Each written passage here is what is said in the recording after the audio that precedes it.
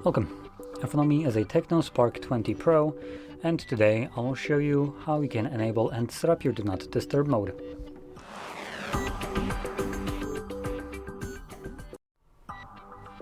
So to get started, you will want to open up your toggles by swiping down from the top right side of the screen, and then swipe down again right here to extend the list of visible toggles. This will reveal your Do Not Disturb mode, and once you see it first time around, I recommend holding it, as this will quickly take you to the settings where you can check out how it's set by default, customize it if it doesn't fit your needs, and once you have done so, you can close this up and you don't ever have to go back there again. Then when you want to enable your mode, Do Not Disturb mode, find it again, and this time around just simply tap on it. Now when you're done with it, you will need to remember to turn it off, otherwise it will run indefinitely in the background by default. So you can turn it off by tapping on a toggle once again. So with that being said, if you found this very helpful, don't forget to hit like, subscribe, and thanks for watching.